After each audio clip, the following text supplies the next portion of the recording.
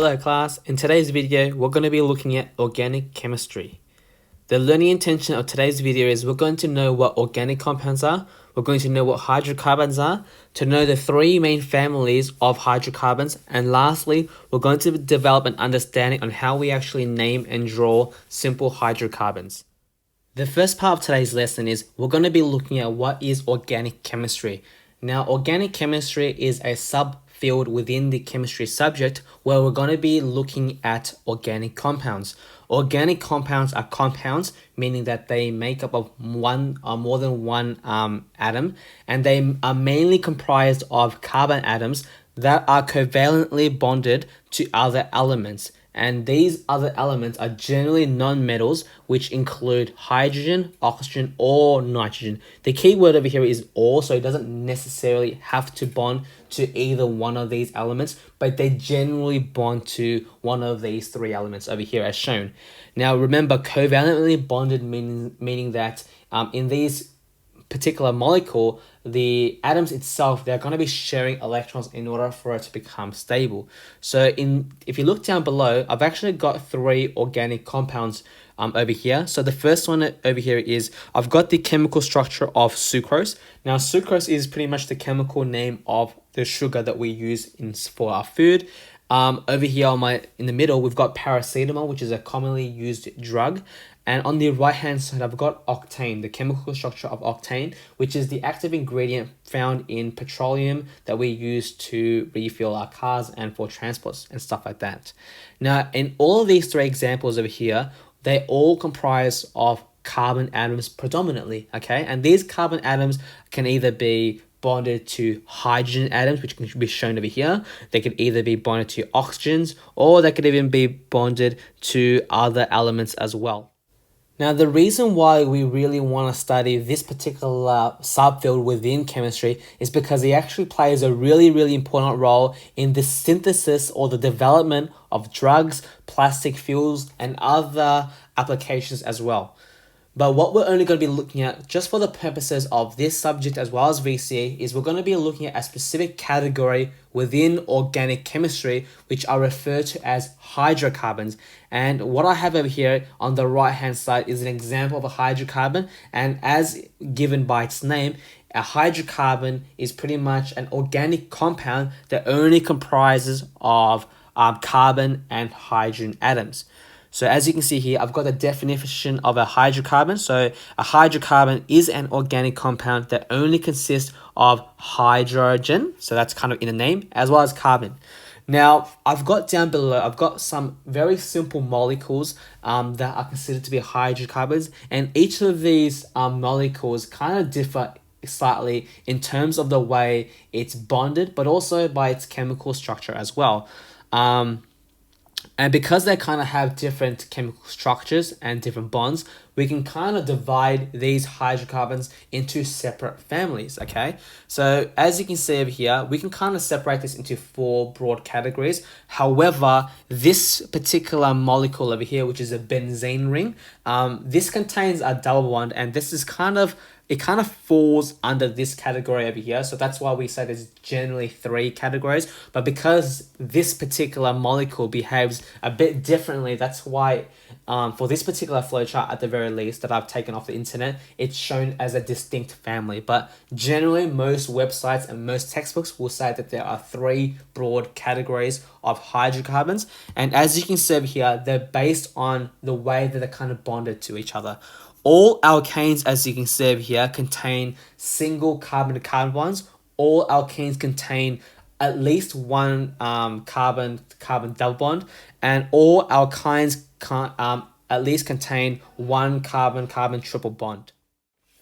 Now, I've got a really neat table over here on this particular slide, which pretty much summarizes the difference between alkanes, alkenes, and alkynes. So pretty much the three main families of hydrocarbons. And as I said earlier on, all alkanes contain all single carbon-to-carbon bonds. All alkenes contain at least one double bond between carbon atoms, and alkynes contain at least one carbon-to-carbon triple bond. Now, over here on the right-hand side, I've got the chemical structure of some alkanes and alkynes, just to show the differences. So as I said, the only difference is mainly the bonds. But also, if you look at it very closely, notice that each of these examples over here of their respective families, they contain 2 carbon atoms each. And as you can see, the number of hydrogen atoms pretty much decreases as you go across the family. So starting from an ethane molecule over here, this contains 6 hydrogens, but as you go to the next family with the same number of carbon atoms, so therefore an ethene in this case, this only contains 4 hydrogen atoms. So as a result, it's decreased by 2 hydrogen atoms, and this is also apparent as well if you introduce another bond. So from a double bond to a triple bond, by having that extra bond in between carbon atoms, you're reducing the number of hydrogen atoms that carbon can be bonded with by another 2 hydrogens. So that's just pretty much is summarized by this particular table. But also, I want to draw your attention to the third column, which contains the general formula. Now, one of the ways that we could actually, or there's actually 3 ways where you could actually identify which family a hydrocarbon belongs to. So you can tell it by its chemical structure by identifying whether it has a single bond, double bond, or a triple bond. So that's what I mean by chemical structure. You could also tell by its chemical name, and we're going to look into more examples later on to what this means. But we also could look at based by its chemical formula, and if its chemical formula kind of resembles one of these general formulas for their respective families, then that's the family that it actually belongs to. What we're going to be looking at now is how do we actually identify whether a hydrocarbon belongs in one of the 3 families based alone on its chemical name. Now, the family of the hydrocarbon can be determined by the chemical suffix. So the suffix meaning the end of the name of the compound. So as you can see over here, I've got the first 5 simplest hydrocarbons that belong in the alkane family, and I also have the first 4 simplest alkene molecules that belong in the alkene family. Now notice that all the names of the alkane hydrocarbons, they all end with an ane in this case over here, okay? So all alkanes have the ane suffix.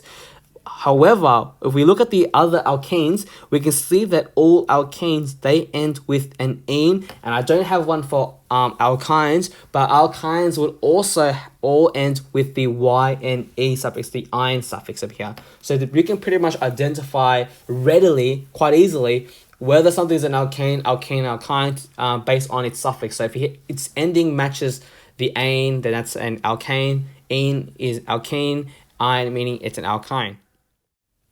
So what I'd like you to do now is I want you to try to have a go to see whether you can actually identify whether these 8 organic compounds are considered to be an alkane, alkene, or alkyne based on its name alone. So have a go. These questions should appear on the right hand side of your screen. So you don't have to copy this down in your exercise book. Please answer the questions on the right hand side of Edpuzzle.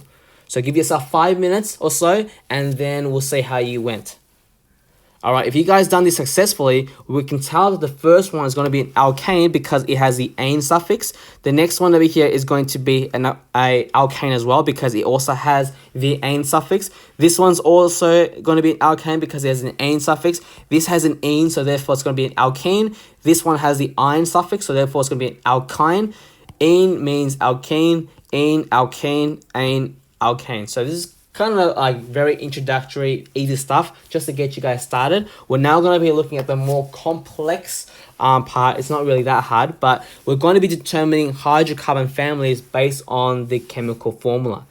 So the way that we actually do this is we actually just compare its chemical formula with the general formula of each hydrocarbon family. And in doing so, one of them should actually match. So what do I mean? So let's say over here, this is the general formula, or this is the formula of the hydrocarbon that's given to us. What we do is we pretty much substitute the value or the number of carbon atoms into each of these formulas over here. And by doing so, it should actually match and tell us which family it belongs to. So I'll show you an example or 2 examples actually to show you what I mean by this.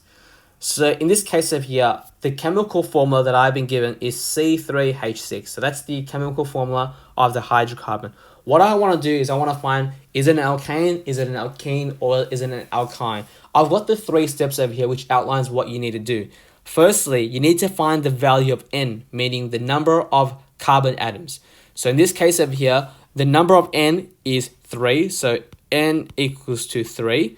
What we do next is you substitute the value of N into the general formula. So because N equals to 3, I'm going to substitute 3 over here, over here, over here, over here, over here, as well as over here. And in doing so, one of these should actually match the C3H6 chemical formula. So if I do this C3H2, 2 with a 3 over here, this is indicating you're multiplying. So 2 numbers next to each other, that is a multiplication. So 2 times 3 is equal to 6. So therefore, we can simplify that as C3H6 plus 2. Now, what we need to do is we just add these 2 like terms together. So 6 plus 2 is equal to 8. So this is the chemical formula if it was supposed to be an alkane. In this case, if you notice that the chemical formulas C3H8 does not match C3H6. Therefore, this tells us that this is not an alkane, okay? So we'll do the same thing now for an alkene and alkyne, and hopefully one of this should match. So if you substitute this in C3H2 times 3, that gives you H6. And now notice that the chemical formula of this now matches this one over here. So therefore, because it matches, this indicates that C3H6 belongs under the alkene family. Now, we could also show the working out of the alkyne, but it's not really necessary since we already know it's an alkene. But if I was to do this, 6 take away 2 is equal to 4. So therefore, this indicates that C3H6 is not an alkyne at all. Let's look at another example. So in this case over here, find again the number of carbon atoms. In this case, there's 7. So it's going to be, if you substitute 7 in, it'll be 2 times 7 is equal to 14. 14 plus 2 is equal to 16. Therefore, these formulas don't match at all. Do the same thing for the alkene family. 2 times 7 is 14, so therefore it's not an alkene. Therefore, it must be an alkyne in this case. And we can show that with our working out. Now, again, I'm hoping that you guys realize what I've said earlier is that if you have the same number of carbon atoms for each family, they only differ by 2 hydrogen atoms. So 2 hydrogen atoms. So in this case, hydrogen 16, hydrogen 14. If you want to go to the next one, this is also going to differ by 2 hydrogen atoms. So you don't need to show all these complicated working outs. You can kind of just do this in your head already, and you should be able to readily identify whether something is going to be an alkane, an alkene, or an alkyne. Alright guys, so what I'd like you to do right now is please pause this video right now so that you can answer this question over here. Answer on the right hand side and tell me whether this particular hydrocarbon C9H20 is an alkane, an alkene, or an alkyne. So please pause the video and have a shot of attempting this question. If you've done this correctly, now this is what you should have got. You should have identified that C9H20 is an example of an alkane. So if you've done this, then you've got this, you've done a terrific job. Alright guys, what I'd like you to do right now is I'd like you to please attempt these review questions. So give yourself 10 minutes or so. Shouldn't take you too long. Answer these questions directly inside your exercise book. So pretty much like you've done in the other previous checking for understandings. Have a shot of these questions and then we'll continue with the next topic. Alright guys, if you've already answered these questions, these are the answers that you should be getting. So the first one's going to be an alkene, an alkane, an alkane. This is going to be alkyne, this is alkane, this is going to be alkane, this is going to be an alkyne.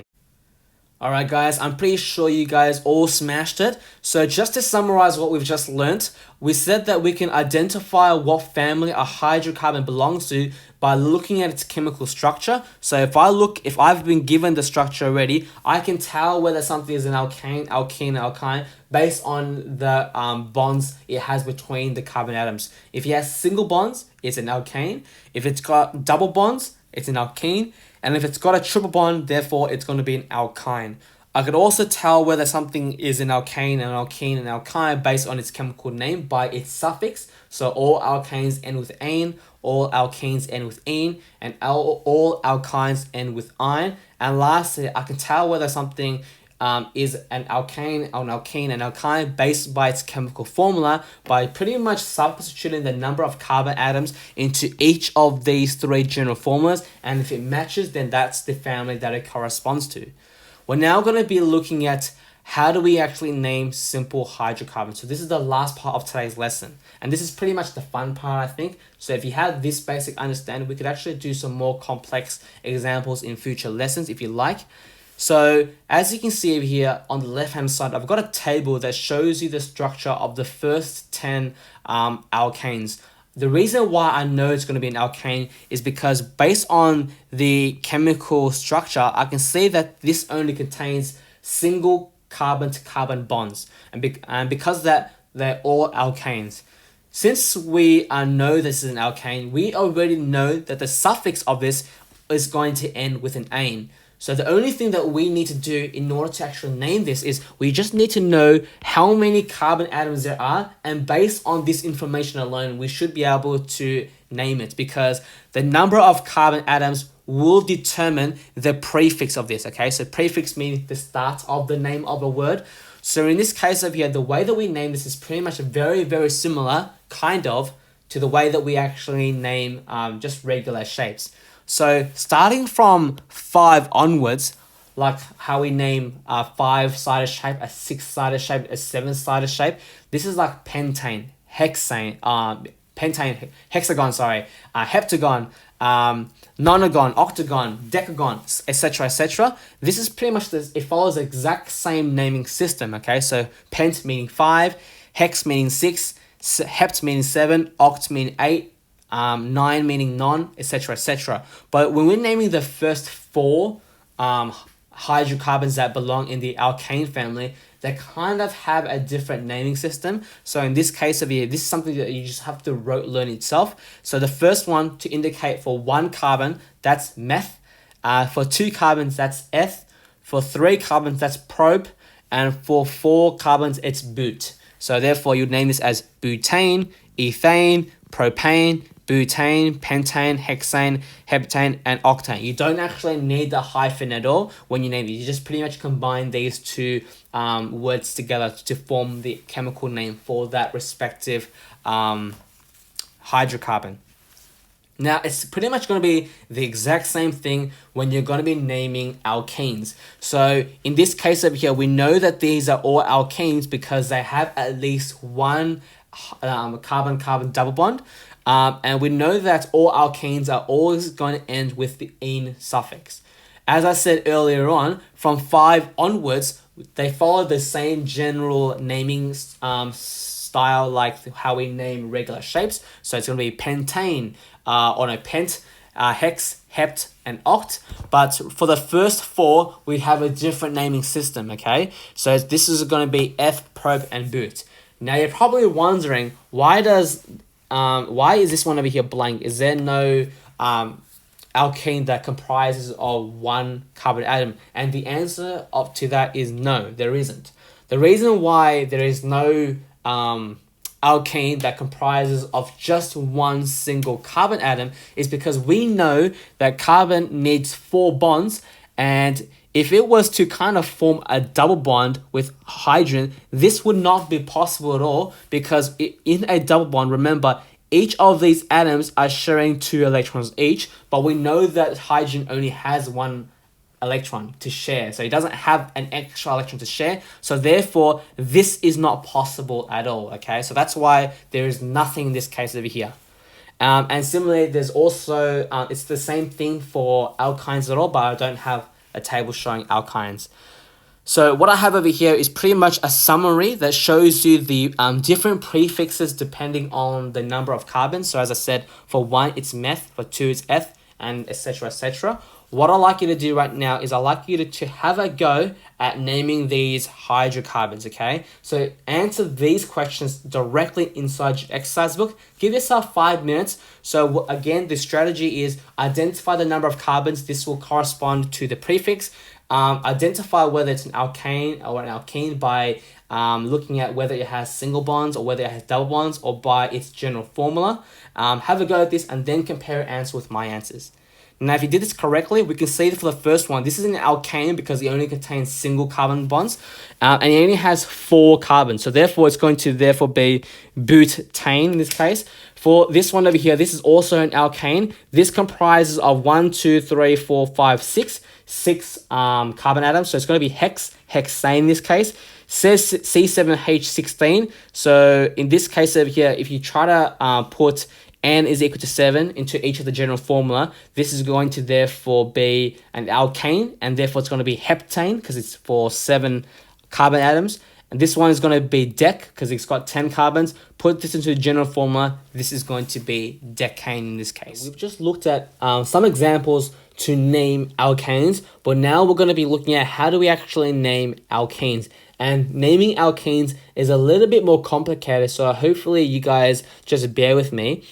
I've got these steps over here on the left hand side that just summarizes of how we can actually do this. So what we want to do first is you want to identify the longest chain of carbon atoms that contains the multiple bond. Now this is kind of like not irrelevant, but this probably doesn't make any sense because we've been looking at straight chained hydrocarbons. Some hydrocarbons can actually have branches, which is a lot more complex. But if you're trying to identify the longest carbon chain, in this case over here, it's going to be something similar to this, as you can see. So this is the longest carbon chain that we can actually form. Now, what we need to do next is we're going to number the chain so that the multiple bond, meaning the double bond or the triple bond, receives the lowest assigned number. So we can name our chain in 2 ways. We can name it from left to right or right from left. So if I also name it left to right, it'll be 1, 2, 3, 4 as shows, but we could also name it from right to left and something similar to this over here. Now, the second step clearly says you need to ensure that the multiple bond, meaning the double bond in this example over here, receives the lowest assigned number. So let's just look at firstly if we name it from left to right. In this case over here, the first carbon over here is bonded or contains the double bond.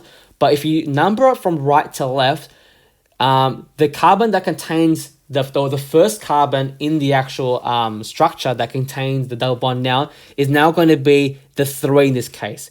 In this example over here, we need to ensure that the carbon that contains the double bond must be the lowest number. So therefore, we're going to be naming it or numbering it from left to right. So that was pretty complicated. But what we now do is, now that we've got this, we can actually name it now. So the prefix of the hydrocarbon is dependent on the number of carbons in the main chain. So notice over here, you've got 4 carbon atoms. So we already know because it's got 4 carbon atoms, it's going to be a but. Since we can see that this clearly has a double bond, it's going to be an ene. And now what we need to do afterwards is we need to actually indicate the position of the double bond by putting a number next to the name. So there's 2 ways we can actually name it. We can name it as 1-butane because this 1 signifies the position of the double bond. It's found at the first carbon. Or we can name it as but1ene. So you can kind of put that 1 in between the prefix and the suffix. There are 2 ways you can go about it. It's just up to your personal preference. But I've already asked the VCA teachers. They kind of prefer this way, but you would not be marked incorrectly if you did this version at all. It's still correct though. We're going to be looking at another example over here. So in this case, how do we name this particular hydrocarbon or this particular alkane? First step is identify the longest chain of carbon atoms. So if this over here will be the longest chain. Now in this case, if the longest chain contains 4 carbons, and because it contains 4 carbons, we already know that this is going to be, the prefix is going to be a but in this case, and we know that the suffix is going to be ene. What we need to do is we need to identify the position of the double bond. So firstly, we need to number the chain so that the double bond receives the lowest assigned number. So we can number it from left to right, like this, 1, 2, 3, 4, or we can number it from right to left.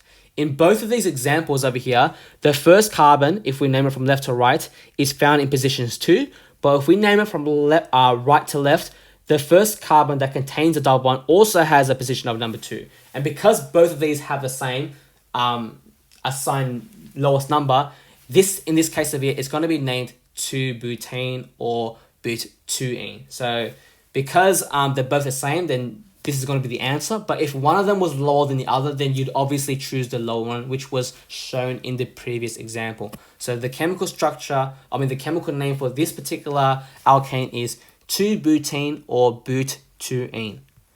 Alright guys, I want you to please have a go with answering these questions. So give yourself 10 minutes.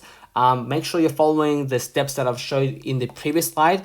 And if you did this correctly, these are the answers that you should be getting. So the first one should be 2-pentene or pent-2-ene. This one over here is going to be 3-hexane or hex-3-ene. This is going to be 1-pentene or pent-1-ene. And for this example, it's going to be 2-hexane or hex-2-ene. Okay, class. Finally, what I'd like you to do is I'd like you to please answer the questions that are on this particular exit ticket over here. There are about 15 questions or so it's a really good chance for you to actually consolidate and strengthen your understanding. This is the end of today's video. Hopefully this video was helpful. I'll see you guys again in the next video. Bye.